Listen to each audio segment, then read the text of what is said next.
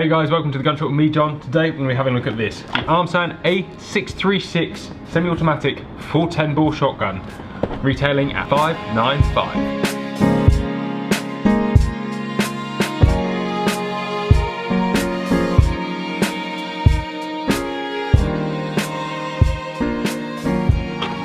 Right, so it comes in a really unluxurious cardboard box, and out you take the A636. So we put the box away, and in the box we get the gun, a box of chokes. The chokes you get a full, a half, and a cylinder. And they're so tiny and cute, aren't they? I mean, they're just very 410-esque because it's for a 410. You get a strap, the Armsan obligatory screw-out strap, and one of them, an instruction manual.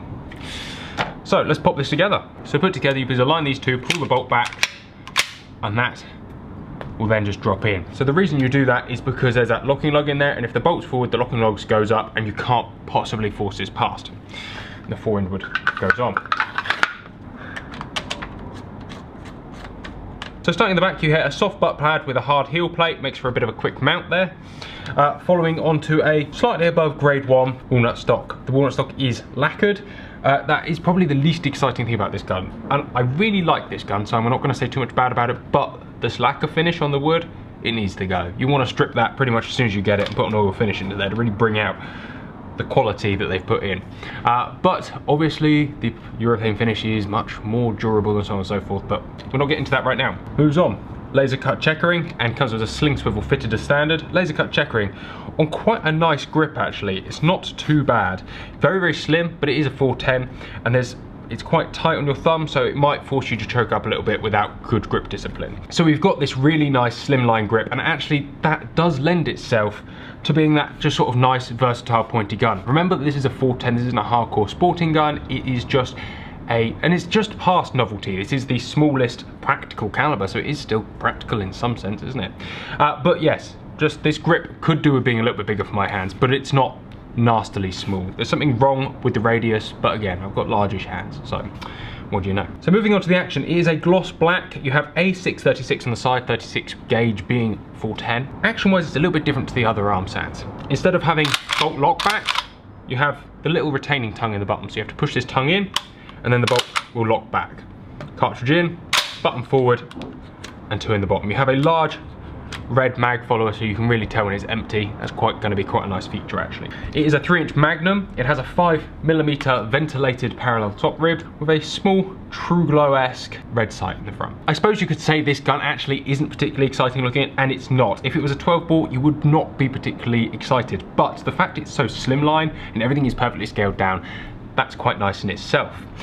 So, some of the specs: 14¼ inch stock, 28-inch barrel, 3-inch chamber. It's probably worth stating at this point, although you can put 2.5s in here, to get reliable feeding, you've got to put the 3s in, and preferably on the heavier end of 3 as well, although it will cycle others just less reliably. This particular one is chambered in a 2+1, but obviously, where applicable, you can have a higher mag capacity. And now for the most exciting part about this gun, it is weighing in at 5¼ pounds. It is just like a little wandy feathery thing. There is very little of it. Balance wise, it balances just in front of the loading port here, and actually that's not too bad.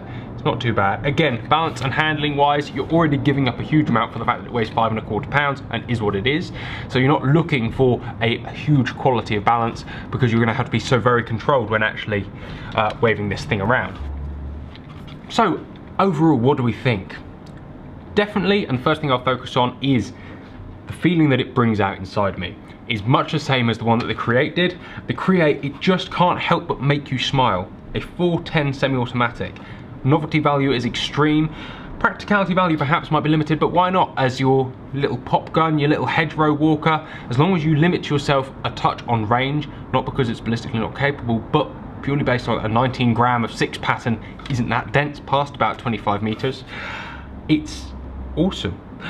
I would have loved to see them oil this stock, but I suppose it doesn't matter when it's mounted up like that. You don't see it, but every time you mount and swing it, it just, like I said, it puts a smile on your face. A few of you will be asking, for 595 quid retail, is this thing actually got any quality towards it? The answer is yes. You know, there's very little about this gun that feels cheap. The safety, the trigger, everything on it feels as good as Beretta A391, to be honest. And you got to look at the market. Realistically, it's this or a Remington. This is a fraction of the price, and is exactly the same fun. Thanks very much for watching, guys. Take care. Hope to see you soon.